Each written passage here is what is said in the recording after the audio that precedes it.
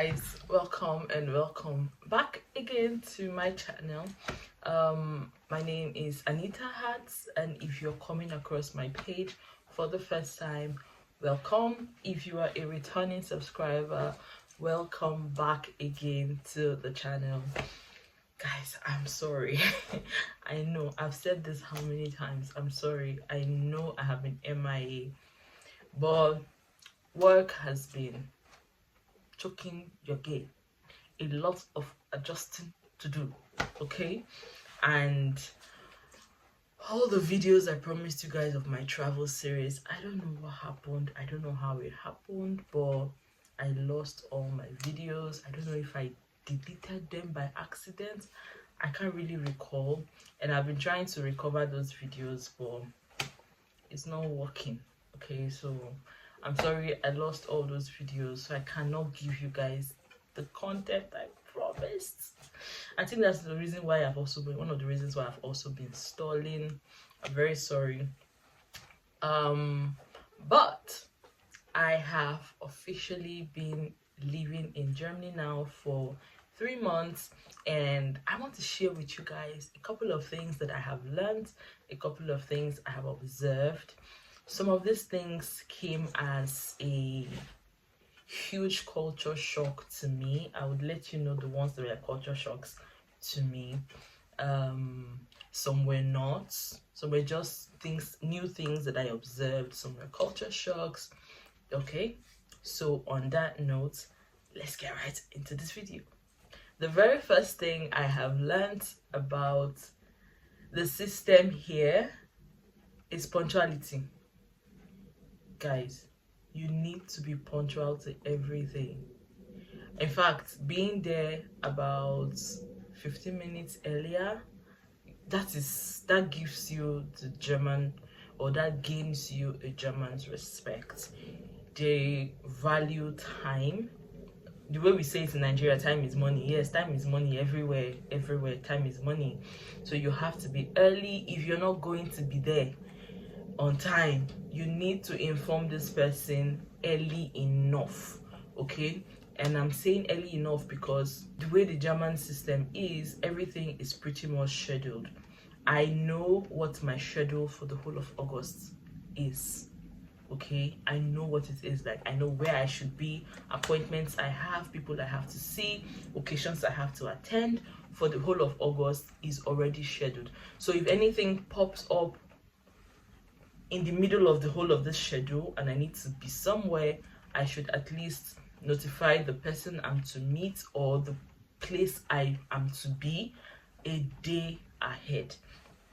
That is how much punctuality means to these people. So the second thing I have learned and observed in this country is the termin. Guys, you make appointments for every single thing. You cannot randomly walk into an office for anything. Nobody will attend to you, okay? They would refer you back to make an appointment. You make an appointment for everything, and it's as serious as even visiting your friends. Yes, you don't just pop up at somebody's door the way we do back in Nigeria, and the person might be inside and not answer you. Maybe because they have scheduled the day for resting, and then you just pop up. Nobody will respond to you, okay? So you make an appointment for every single thing. So the third thing I have noticed here is recycling. They recycle everything. Everything is up for grabs. I'm joking, but yes, everything is pretty much recyclable, okay? And I'm going to be putting some pictures up on the screen anywhere so that you guys get to understand what I'm saying. One of the most recycled things here are bottles, the fanned. So they have the fan machines. You can find the fan machines in almost every grocery shop you enter. You see the fan machine. I'll put a video on the side of how the fan machine works. And the good thing about the fan machine is that you can recycle plastic bottles, glass bottles, as long as they are recyclable, and get money back. Okay, you can get money back for this. So after putting in all of your bottles, you get a slip with an amount. I think a plastic bottle is about 25 cents. So the more the bottles, the more money you make. So you get to see people who store bottles in their houses, in their cars. You see somebody coming into the grocery shop with a big bag full of plastic bottles. Yes, they know what they are doing. Okay, it's going to save them money on grocery shopping. So you get a slip out after putting in all your bottles, and then you take it into the shop for your shopping. When you're done, you present them the paper or the slip from the fan machine, and they deduct however much is on the slip from your groceries. Okay, so yes, people store bottles here a lot. So the next thing I have come to observe in this country is that most German homes do not have air conditioning. Make it make sense. But yeah, a lot of German homes do not have air conditionings, do not use air conditionings, and that is, I think it's because of the weather. It's pretty much cold a lot, especially for us foreigners. I'm cold right now. It is summer, but it is raining. Cat and dogs have been raining the whole of this week, so everywhere is cold. I was saying, I'm sorry if I'm going to see different angles of this room today, and that's because my phone memory keeps getting full and I have to start the video from where I stopped. I'm sorry. So yes, a lot of the houses here, especially the older houses, do not have air conditioning. The modern ones are beginning to put in air conditioning, mostly because for them the summer is pretty hot. But yeah, they do not have air conditionings. But you would definitely always find a heating system in a German house. Okay, I'm going to put, again, I'll put pictures on the side. You would always find the heating system. So you either have the, I think they're all electrical heaters in the house. Yeah, so the next thing that I learned, that was a bit of a, it wasn't a surprise, but it was, I don't know how to put it, it was new for me, is that on the transportation system they use the bus cards, okay, or the tickets that are most times always as QR codes. So you have the bus card picture, I will try. You have the bus cards or the QR codes for the buses. Don't get me wrong, you can actually pay with cash, but guess what, you'll be spending money that you should spend. If you use your card, you'll be spending way more. And I'm saying this from my own personal experience. Okay, I suffered in this country when I came. I did not know. I spent practically all the money, or majority of the money I came here with, on transport system alone, on transportation. I think I'll do another video explaining properly how the transport system works here. But yeah, it is way expensive to go or to pay cash using the transport system. It is so expensive. So when you come here, one of the very first things you should do is get a bus card. It will save you a lot. It will save you a whole lot. Okay, get a bus card. Moving on to the next. The next thing is that Sundays are quiet days. Yeah, very quiet. Sundays are very quiet. Sundays are quiet days. You are not allowed. In fact, you would hardly hear a car drive past, especially when you live in communities or in the smaller villages like I do. You would hardly hear a car drive past. That's how quiet Sundays are. People are in their house. I don't know. I think it's a national rule. You can't disturb your neighbor on Sunday. No. I had an experience. I think that was last week or 2 weeks ago. It was Sunday and we were all home. I don't think I went to church that Sunday. We were all home and the family dog was barking. She wanted to be taken on a walk and nobody was having it. Nobody was having it. So we just ignored her. She was barking for a while and our neighbor called to say, what's going on? Your dog has been disturbing. Your dog has been barking. It's disturbing the peace. That's how serious it is. Literally, your neighbors can call the police on you for disturbing their peace on Sunday. Is that deep? Okay? Especially for people who live in apartment complexes, you can't even as much as vacuum your apartment.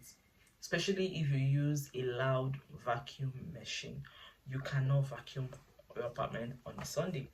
Your online service cannot be loud. Yes, the police will knock at your door. It is that deep. Don't test yourself, okay?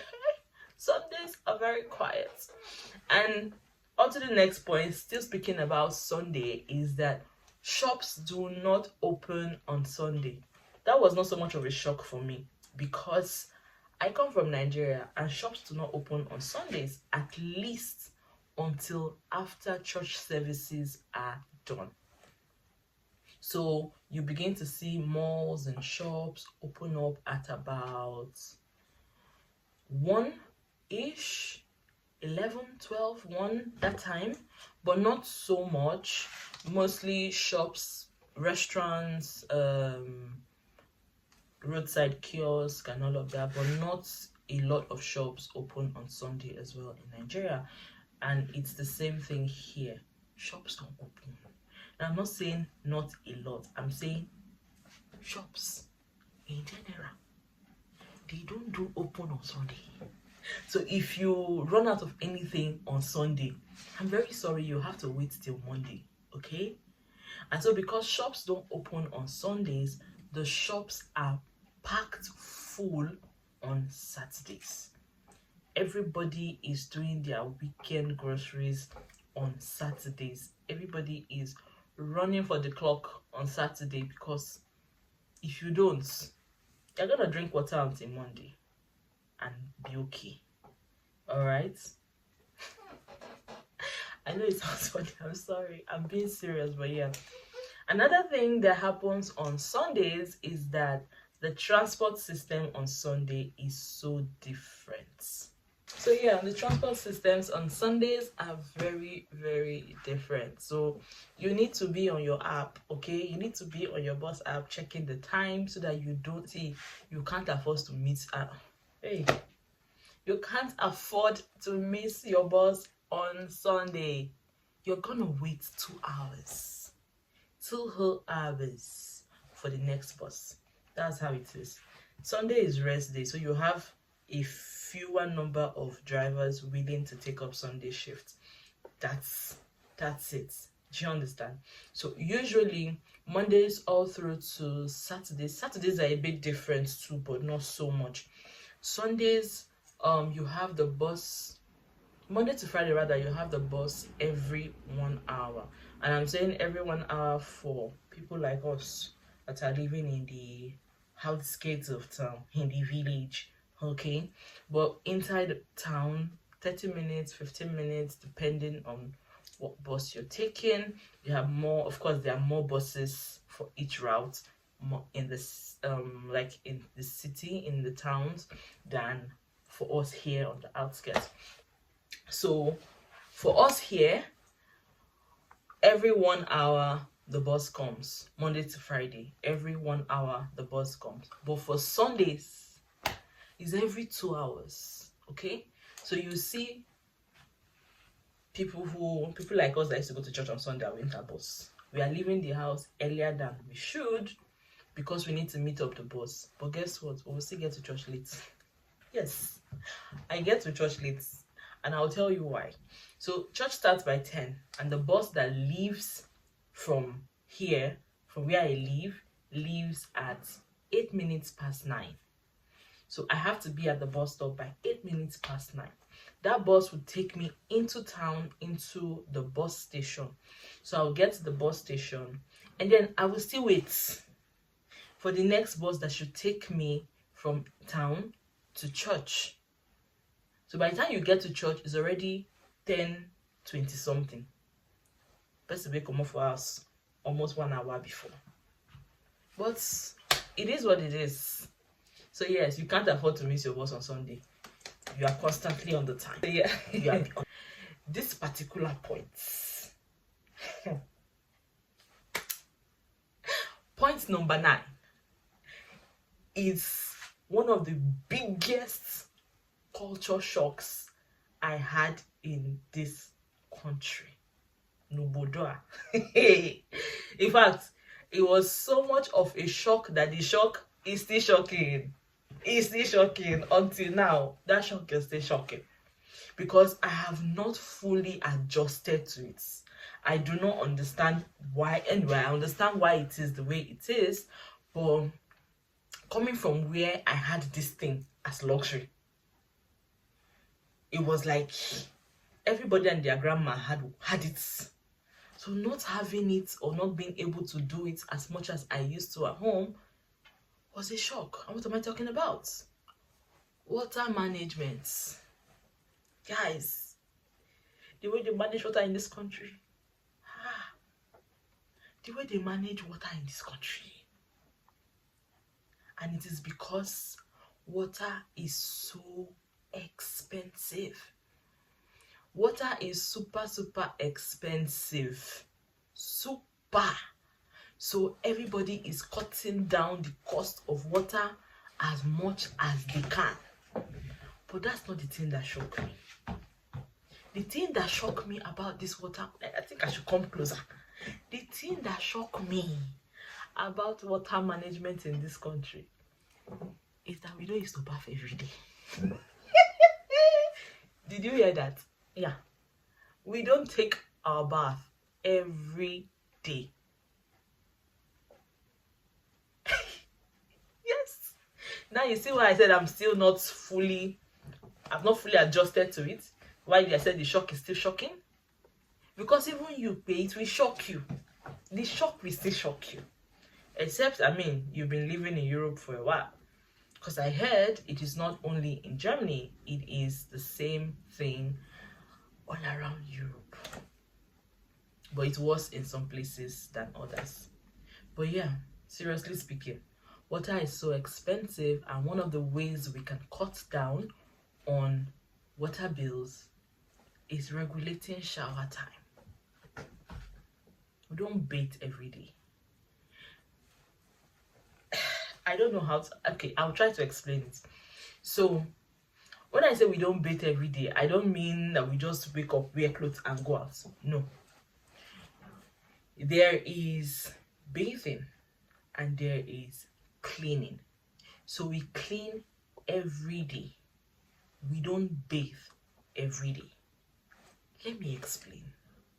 We don't go under the shower, turn on the water and let it pour over our body every day. We do that one time in a week. Once in a week. And for me, today, Saturday, is my shower day. Hence, I'm looking fresh. But yeah, every other day, we clean. So you have a bowl, a washing hand bowl, and 2 washlappens, 2 washcloths in English. This is the washcloth, okay? So you have 2 washcloths and your bowl of warm water. Now, this is how you do it. The 2 washcloths, one is for your upper body. The other is for your lower body. So when you want to use this one that is for your upper body, please don't go and naked though. Let me tell you now in advance. If not, we kill you. Okay? We don't do naked. If you're to clean your upper body, you take off what you're wearing on your upper body, but you maintain what you have on your lower body. so that the cold does not finish you, my dear brothers and sisters, before you finish bathing. So now you take the washcloth, it's open like this, so you wear it, okay? Wet it in your bowl of water. Bowl, oh, don't go and use bucket. Bowl, wash your hand basin. Rub your soap and then clean your body. Note, because this is cloth, know that this thing under your soap will not lather a lot, and because it will not lather a lot is why we are using it, so that you don't waste too much water. Okay, you clean your armpits, your neck, everywhere that you need to clean. Rinse it off, take off the little form of soap that was on your body, and then you have this small towel. You dry off, rub cream quickly. Emphasis, quickly. You rub your cream and you wear clothes on your upper body, and then proceed to do the same with the second washcloth, your lower body, and you are clean for the day. Somebody say amen. Amen. And move on from there. Yeah. So yes, that is how you clean yourself every day. So you clean every day, but you don't shower every day. You shower once a week or twice a week, depending on how boxed up you are to pay for water bill. Okay? Yeah. The next thing that I have learned in this country is, this was not a shock for me, but it was exciting. I like it. It's the fact that cycling is a big deal here. Everybody and their grandma has bicycle. And when I say grandma, I mean it's literally grandma. Children, teenagers, adults, parents, grandparents, everybody is cycling. In fact, today, as I'm making this video today, I went to the bank with my aunt, and coming out of the bank, we ran into a man, an elderly man. We got in conversations with this man and got to find out that he is 86 years old. 86 years old on his bicycle.